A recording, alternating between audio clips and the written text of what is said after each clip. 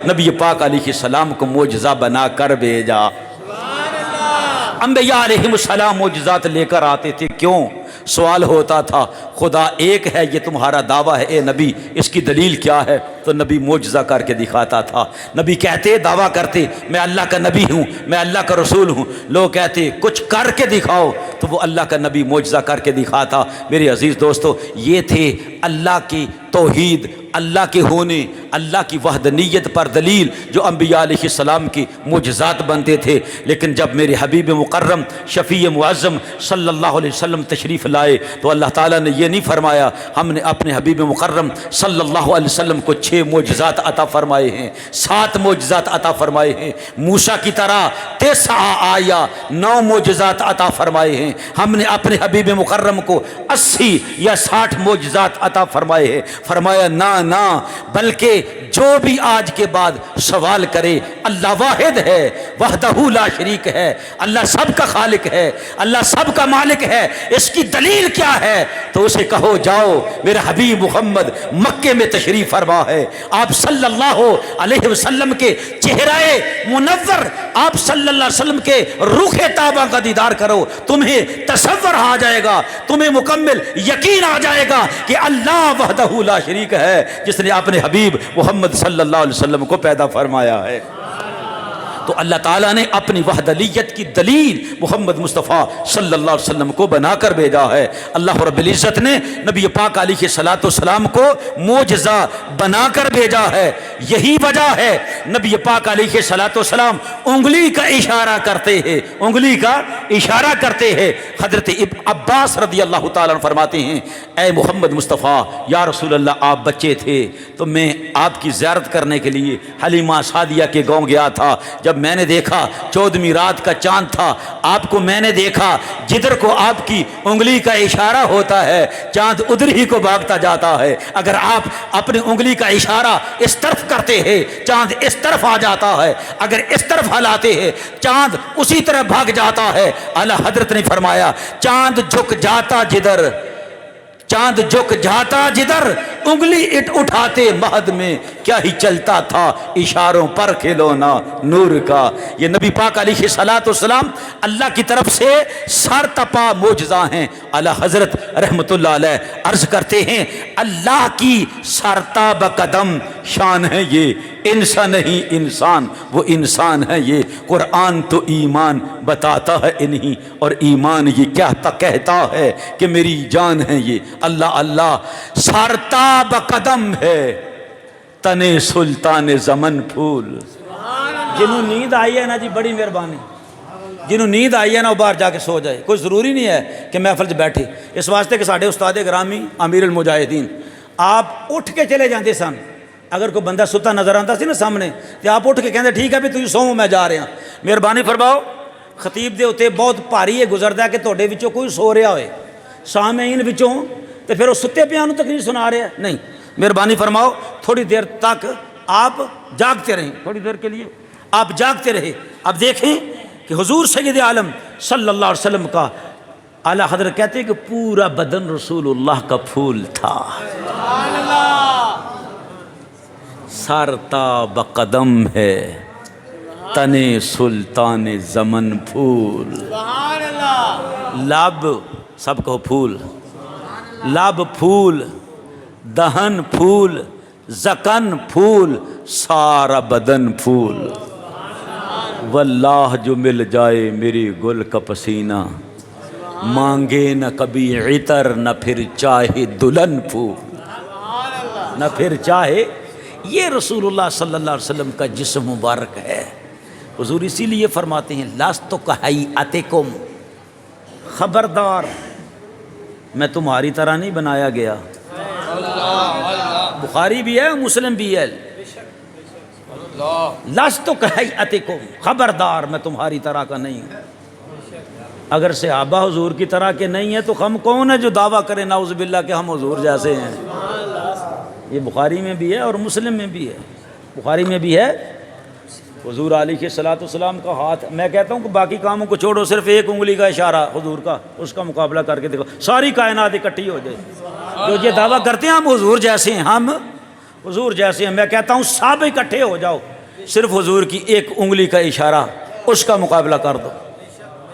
علامہ اقبال سے پوچھو رسالت کیا ہے، وہ کہتا ہے کہ حضور علیہ السلام معجزہ ہیں، اللہ کا سب سے بڑا معجزہ۔ جو چھوٹا معجزہ وہ کسی کی عقل میں نہیں آ سکتا، تو تیری عقل میں اللہ کے رسول کا وجود کیسے آئے؟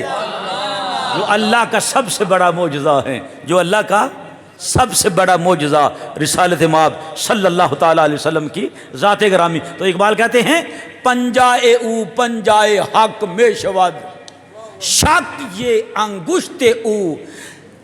حضور علیہ السلام آپ کا پنجہ اللہ کا پنجہ ہے۔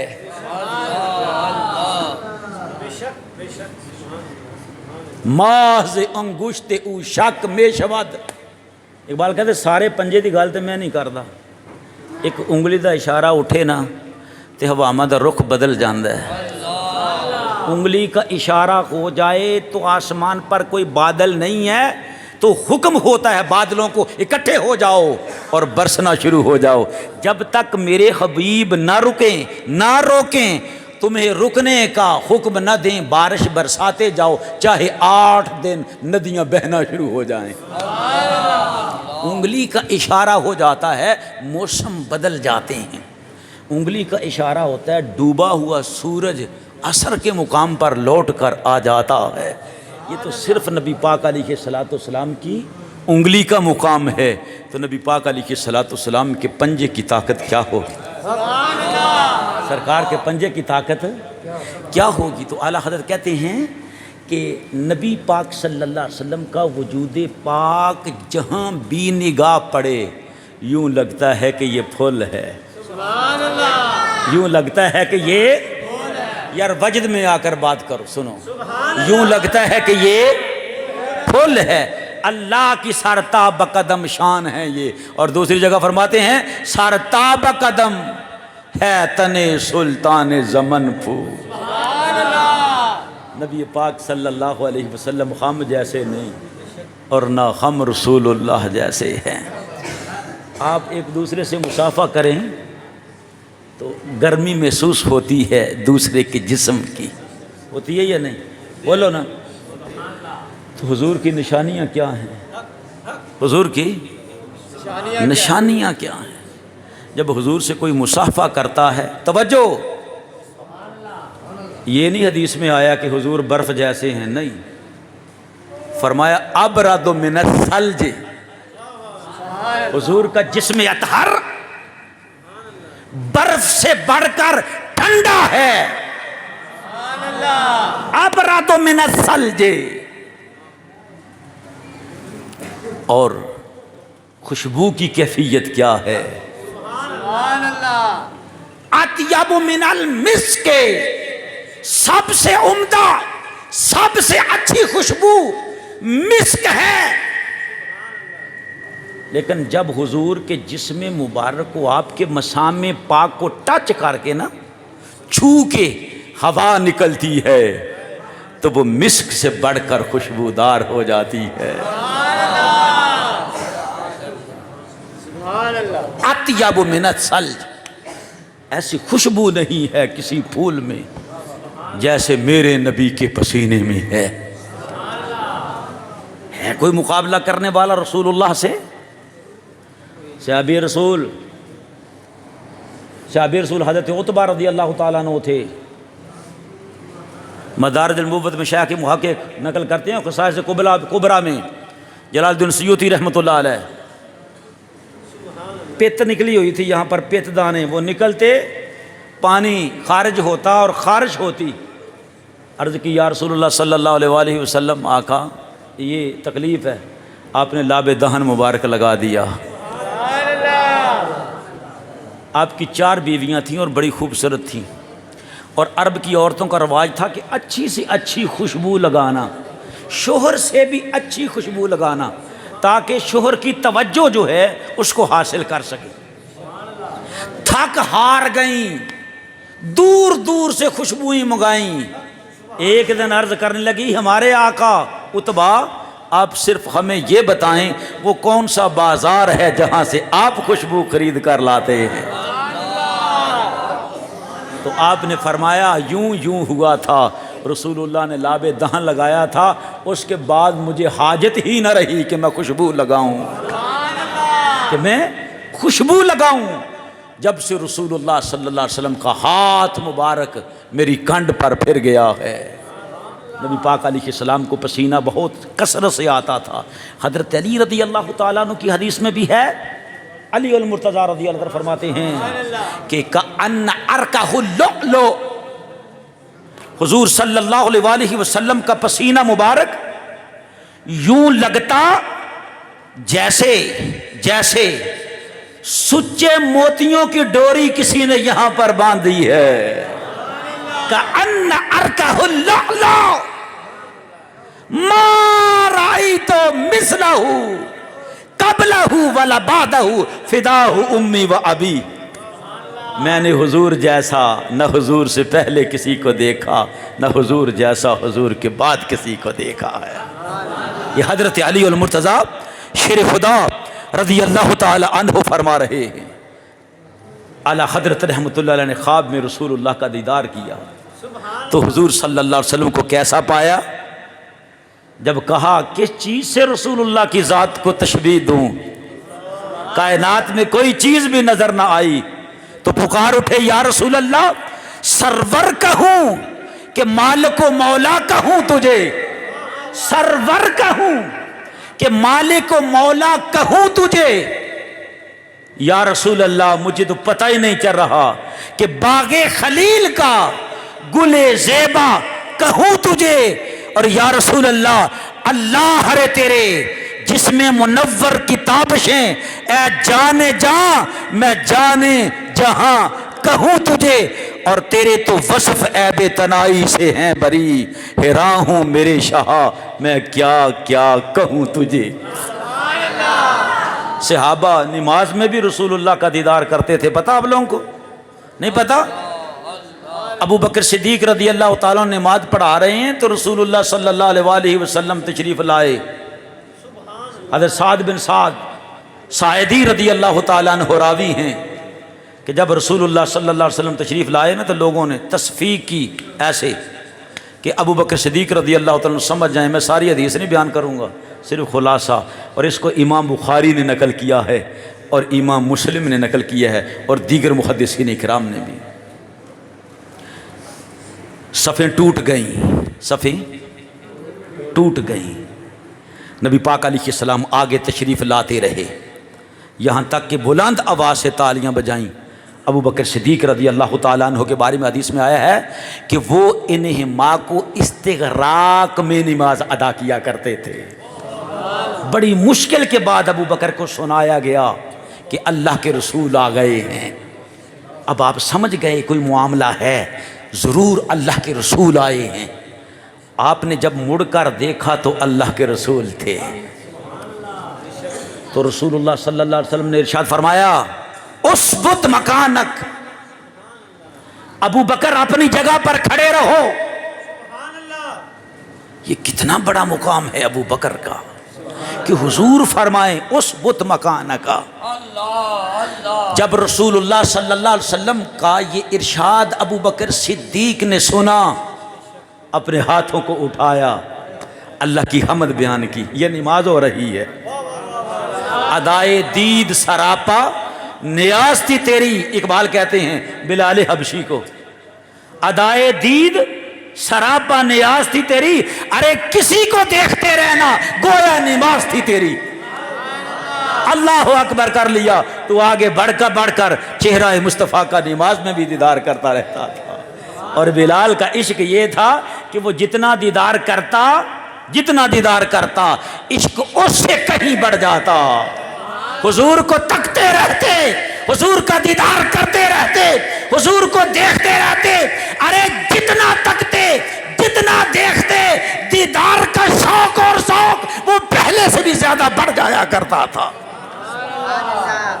کسی کو دیکھتے رہنا گویا نماز تھی تیری، کسی کو دیکھتے رہنا گویا نماز تھی تیری۔ تو اپنے ہاتھوں کو اٹھایا، اللہ کی حمد بیان کی۔ کیوں؟ اے اللہ تیرا فضل ہے کہ ابو بکر کو تیرے حبیب نے اس قابل سمجھا کہ حضور کے ہوتے ہوئے بھی میں جائے نماز پر کھڑا ہو کر نماز ادا کرواتا رہوں. پھر ابو بکر صدیق رضی اللہ تعالیٰ پیچھے آ گئے. کئی مرتبہ ایسا ہوا. ایک اور حدیث بیان کرتا ہوں, سنیں گے نا؟ یہ بھی بخاری میں ہے, یہ بھی بخاری شریف میں ہے حدیث مبارکہ, توجہ سے سنیں. نبی پاک صلی اللہ علیہ وآلہ وسلم نے فرمایا, علی لبیک یا رسول اللہ, فرمایا مرو ابا بکر لیصلی بالناس. یہ بخاری میں ہے, مسلم میں ہے, دیگر کتب حدیث میں موجود ہے. کیوں؟ یہ سوال بھی سن لو. علی المرتضیٰ رضی اللہ تعالیٰ فرماتے ہیں کہ ابو بکر کے ہوتے ہوئے کسی کو حق نہیں تھا کہ وہ مصلی امامت پر آ جاتا. کیوں؟ فرمایا میں قریب تھا اہل بیت میں سے, اور رسول اللہ نے حکم مجھے دیا ہے, کسی اور صحابی کو بھی دے سکتے تھے, مجھے حکم دیا علی تم جاؤ اور ابو بکر سے جا کر کہو اللہ کے رسول تجھے فرما رہے ہیں میرے جائے نماز پر آؤ اور لوگوں کو نماز پڑھاؤ. سرکار کی طبیعت مبارکہ ناسازگار تھی. وہ مرض مبارک جس میں حضور علیہ السلام نے رحلت فرمائی, توجہ ہو رہی ہے نا؟ ایک دن ابو داؤد کی حدیث میں ہے, سنو, ایک دن ابو بکر موجود نہیں تھے, تو لوگوں نے دیکھا کہ عمر ہیں, انہی کہتے ہیں کہ نماز پڑھا دو. دو حدیثیں ہیں حضرت عمر فاروق رضی اللہ عنہ کے بارے میں, توجہ. ایک حدیث میں ہے کہ آپ نماز پڑھا چکے تھے, ایک میں ہے ابھی صفیں سیدھی ہو رہی تھی, عمر کی آواز کو رسول اللہ نے سنا, کھڑکی مبارک میں سے سر مبارک باہر نکالا اور فرمایا لا لا لا, نہیں نہیں نہیں, جاؤ ابو بکر کو تلاش کرو تاکہ وہ تمہیں نماز پڑھائیں. اگر پڑھ چکے ہو تو تمہاری نماز نہیں, اگر نہیں پڑھی ہے تو پھر ہو نہیں سکتی. جب تک کہ ابو قحافہ کا بیٹا ابو بکر نہیں آتا ہے کوئی جائے نماز پر کھڑا نہیں ہو سکتا ہے. اگر نماز پڑھائی ہے تو دوبارہ پھر لوٹاؤ. یہ سیاستہ میں موجود ہے جی, سیاستہ میں موجود ہے یہ حدیث مبارکہ. اب توجہ فرمائیں, نبی پاک صلی اللہ علیہ وسلم نے فیصلہ کن ارشاد فرمایا, فیصلہ کن ارشاد فرمایا. سن رہے ہیں آپ بھی؟ جو لائٹ کے پیچھے ہیں ہاتھ کھڑا کریں. فیصلہ کن ارشاد رسول اللہ کا. نبی پاک صلی اللہ علیہ وسلم نے ارشاد فرمایا لا ينبغي لقوم فیہم ابو بکر ان یؤمہم غیرہ. جس جماعت میں ابو بکر موجود ہے یہ شرعاً جائز ہی نہیں ہے کہ کوئی ابو بکر کو چھوڑ کر کسی اور کو جائے نماز پر کھڑا کر دے. دادا صاحب رحمۃ اللہ علیہ نے, غوث اعظم رضی اللہ تعالیٰ عنہ نے, دیگر ہمارے اولیاء اکرام نے لکھا ہے کہ سلطان الاولیاء, تمام ولیوں کے امام اول, اسی پر مہر ثبت ہے امام حسن مجتبی کی, حضرت علی المرتضیٰ شیر خدا رضی اللہ تعالیٰ عنہ کی, کہ امام اول امام برحق شیخ الاسلام امام عادل وہ حضرت ابو بکر صدیق رضی اللہ تعالیٰ عنہ. یہ حضرت علی رضی اللہ عنہ کے ارشادات ہیں. اور رسول اللہ صلی اللہ علیہ وسلم نے ارشاد فرمایا کسی قوم کے لیے جائز ہی نہیں, کسی قوم کے لیے جائز ہی نہیں. اب میرے عزیز دوستو سنو کہ حضرت ابو بکر صدیق رضی اللہ عنہ نماز پڑھا رہے ہیں. صحابہ اکرام کتنے دن گزر گئے رسول اللہ کے رخ طابہ کو نہیں دیکھا ہے, رخ طابہ کو نہیں دیکھا ہے. ہوا اس طرح کہ حضور بالکل قریب قریب ہی اپنے رب کے پاس جانے والے تھے, تو آپ نے اپنے حجرہ مبارکہ کی کھڑکی کو کھولا, ذرا میں دیکھوں کہ میرے صحابہ نماز کیسے ادا کر رہے ہیں ابو بکر کی اقتداء میں, ابو بکر کی اقتداء میں. تو جب دیکھا تو رسول اللہ صلی اللہ علیہ وسلم خوش ہوئے, لیکن سنیں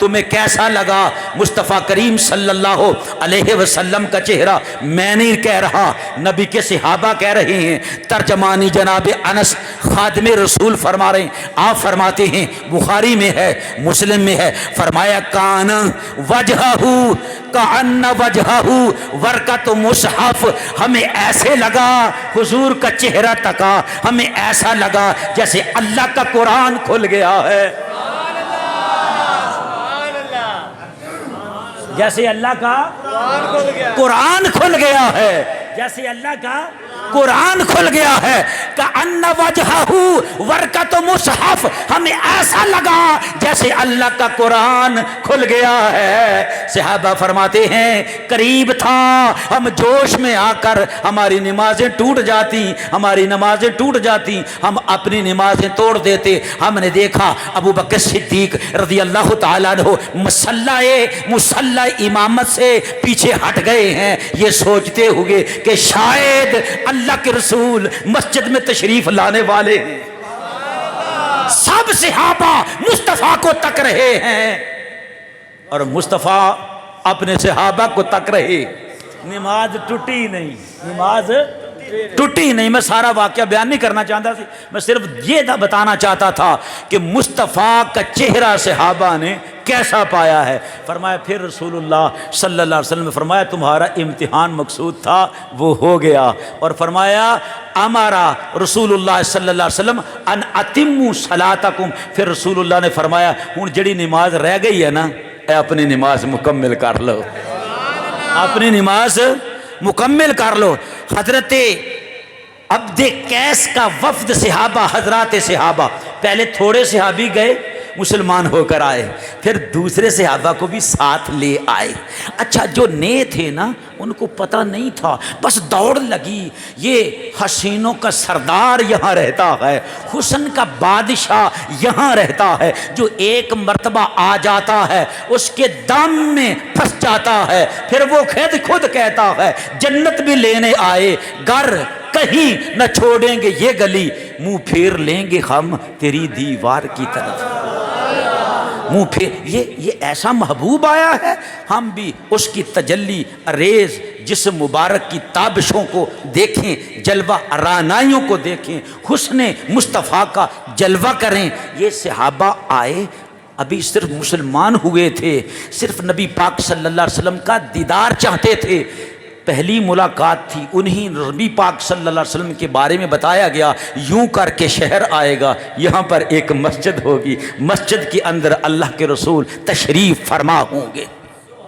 اچھا اب دیکھیں جب وہ آ رہے تھے نا، عاشق زار ابھی بادشاہ حسن کو نہیں دیکھا ہے، صحابی سے پوچھا مصطفیٰ ادھر ہی رہتے ہیں علیہ تحیت والسلام، کوئی نشان نہیں؟ نے کہا پوچھنے کی ضرورت نہیں ہے یار، ابید الناس، سب سے زیادہ سفید رنگت والے آپ خود ہی پہچان جائیں گے۔ تو بتائیں صحابہ اکرام، چند صحابہ تھے ان میں رسول اللہ تھے، جب ہماری نگاہ پڑی، سنو سنو سنو، اونٹوں پر تھے اور گھوڑوں پر تھے، قربان ہو جو اس گل نو سن کے، جب ادب گاہ آئے تو گھوڑوں سے نیچے اتر جاتے ہیں یا نہیں؟ گھوڑوں سے نیچے اتر جاتے ہیں، اترتے ہیں یا نہیں؟ عشق زور پر تھا لیکن ادب اس سے بھی اوپر تھا۔ اب توجہ سنیں، امام بخاری اس کو نقل کرتے ہیں، وہ کہتے ہیں ہم نے رسول اللہ کو جان لیا کہ یہی اللہ کے رسول ہیں، لیکن ہمت نہ ہوئی کہ ہم گھوڑوں سے نیچے اترے، کہا کہیں بے ادبی نہ ہو جائے، سرکار نیچے ہم اوپر، اترتے ہوئے بے ادبی نہ ہو جائے۔ تو تم نے کیا کیا؟ وہ بتاتے ہیں پہلی ملاقات، کہتے ہیں ہم نے گھوڑوں کے اوپر سے اپنے آپ کو گرا دیا،